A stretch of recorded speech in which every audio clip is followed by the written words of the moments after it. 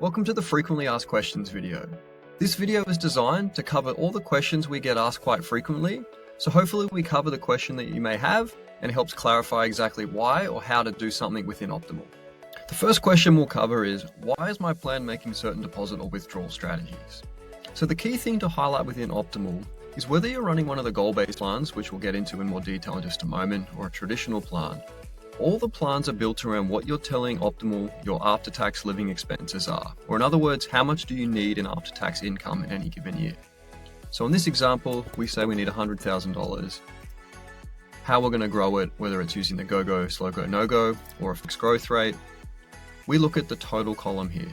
So it's calculating any fixed expenses, such as your mortgages, life insurance premiums, or debt, fixed expenses, your living expenses, which is what we just input at the top here, or if you added any goals, the goals will be consolidated on this table as well. So we're looking at the total column. This is the dollar amount you need in after-tax income in any given year to fund the lifestyle that you want to live and cover all your expenses. So back to the picking your plan. Each strategy will ensure or look to see what your after-tax income needs are and look to ensure you achieve that. The max value then tries to optimize the value of your after-tax state. So it's going to give you the exact amount of money that you said you needed and then prioritize maximizing your after-tax estate. The max spend strategy looks at how much you said you needed, but it then calculates how much more you can spend in any given year. Because the max spend strategy's goal is to draw your investments down to $0 by the final year of the analysis. This is max lifetime spending. And then there's a set your own goal. So this is where you can come in and input a dollar value that you'd like to have at the end of the analysis. Optiml then calculate if that's possible, and then tell you how much more you can spend on top of what you said you needed. Now, the goal-based plans don't follow a set deposit or withdrawal order. They optimize from a tax perspective, so there'll be many years where you may see multiple withdrawals from different accounts. Now, if you're running a max spend or a set value strategy, you can also pick when you want to see surplus spending. So in other words, if you told Optiml you need $100,000 each year and it's going to grow by 2%, in the phase before and after, it's going to get you exactly how much money you said you needed. Now, the surplus spending window is where Optiml will calculate how much more you can spend in any given year to ensure you're still going to hit your goals and you're not going to run out of money. We display that as surplus spending, so you can pick the years where you want to see surplus spending. Now, once you've run your plan and you want to see what your surplus spending is, there are a few places where you can see that. The first is the cash flow view. So this will show you all money coming in and out in any given year. And at the bottom of the page, you'll see the expenses that you told Optiml you have, whether it's your fixed expenses for mortgages and living expenses, and then there's a designated row for surplus spending. So in this example, the surplus spending doesn't start until the future, so you're spending exactly the amount of money that you said you needed. As you navigate across the table, you'll be able to see when surplus spending starts. So this is the value of how much more you can spend in any given year, showing the total at the bottom. Now you can also see surplus spending on the expenses page, where the designated surplus spending row is available. So if you did run a max spend or a set value strategy, and you're seeing large withdrawals from your accounts a lot earlier than you may have expected, or a lot higher volumes than you'd expected, this is simply because your max spend window has already begun. If you don't want to see those large withdrawals early in the plan, you'll just simply need to go back to the run new plan, and once you select the max spend or set value strategy, you can just change when you want to see surplus spending. So if you're still working and it's begun, just move it across to retirement or a little later in life. And if you want to run it all the way to the end or stop it at a certain age, you can do so here.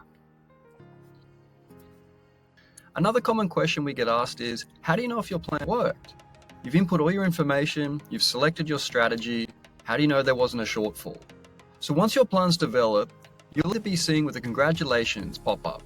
This is showing you that your plan was successful. There were no years of shortfalls, and you can begin exploring the plan. If your plan does shortfall, the shortfall pop-up will appear on screen. Now, this isn't just going to say, sorry, there was a shortfall, try again. It will actually give you insights into how much and in what years there was a shortfall.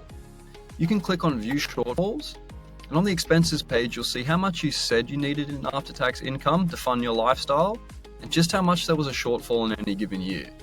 The achievable annual expenses is telling you just how much you can afford in these years. Now, this gives you great insights to see just how much there was a shortfall in any given year. It will give you the opportunity to then go back and update your plan, potentially removing certain goals, changing investment growth rate, lowering your annual expenses to ensure that you have a successful plan moving forward. Another common question is, where do you see all the deposits and withdrawals that went into building your plan? So the first point to view that is on the homepage of your dashboard. This will show you all the activity in any given year. You can use the arrows to navigate to future years, or click the heading to jump to a point in time in the future. On the dashboard, it will show you the exact amount you'll be depositing and withdrawing in any given account. Now by default, it will show combined view, so if you're running it with a spouse, you can click on your name to view your individual deposits and withdrawals. Now one thing to note about Optiml is we don't ask you how much do you plan to deposit and withdraw. We run the numbers to determine what is the most tax efficient strategy. So the dashboard will show you all deposits and withdrawals being made in any given year. You can also view it on the cash flow. This will show you all money coming in and out in any given year. So just focusing on deposits and withdrawals, this will show you exactly how much you'll be depositing into each account, and deposits will identify exactly how much you'll be depositing into these accounts. You can also view them on the investments page. So by default, it will show a complete overview of the table, which you can expand, and this will show any deposits and withdrawals being made in any given year. You can also click on the individual accounts to view them just on the table. You can also view them on the action plan. So this is showing you all actionable items you need to take to put your plan into action. So this will show deposits and withdrawals between you and your spouse. Navigating to future years, you can see exactly how much you'll be depositing or withdrawing from any given account to accomplish your estate goal, whether that's to maximize the value of your after-tax estate or maximize lifetime spending, or if you had a set financial goal in mind you'd want to leave at the end. This will show you all the deposits and withdrawals that lead you to achieving your goal. Now, to ensure you're aware of all the features you can use within Optiml once you've run your plans, I'd like to highlight the Insights page. The Insights page features the CPP and QPP and OAS optimizer, where you can run every single age combination to determine when is the best time to take government benefits based on your estate goal. The success score allows you to run up to 50 different scenarios at once that really stress test your plan under different market conditions. And the compare plans allows you to pick two plans that you've already saved to your profile and compare them side by side. See the differences in inputs and outputs, and there's also a designated AI chatbot that allows you to talk to it about your two plans. Each of these features have their own designated video that you can watch, which will go into a lot more detail than I've provided in this quick summary. Another key feature to highlight in Optiml is our AI agent, Eva. Eva not only helps you with navigating Optiml, but it can actually interpret and understand your financial plan. So if you have specific questions as to why is it making certain deposit or withdrawals in any given year, why your tax is so high or low in a certain year, you can ask Eva specific questions about your personal plan. You'll also notice that there's an AI Insights button located on each page. This AI Insights button will analyze the current page that you're on and provide key insights into your own personalized plan. Whether it's viewing your investments, expenses, debt, taxes, you are able to not only get your own personalized AI insights, but also begin chatting with Eva about your plan. How do you view, save, and edit plans within Optiml? Now, each time you run a new plan, it'll populate on your dashboard. You can see the whole output of the plan and view it in detail. Now, when you want to make a change and click the Update My Plan button, there'll be a pop-up on screen. It will indicate that your current plan may not be saved. So if you can either save it to your analysis hub and give it a name, or you can choose to not save the plan. By selecting No, you can go back to the inputs, make a change, and run a new plan. You can do this unlimited times within Optiml and run as many what-if scenarios as you like. But if you do want to save that plan and go back to it in the future, that's when you can utilize the Analysis Hub.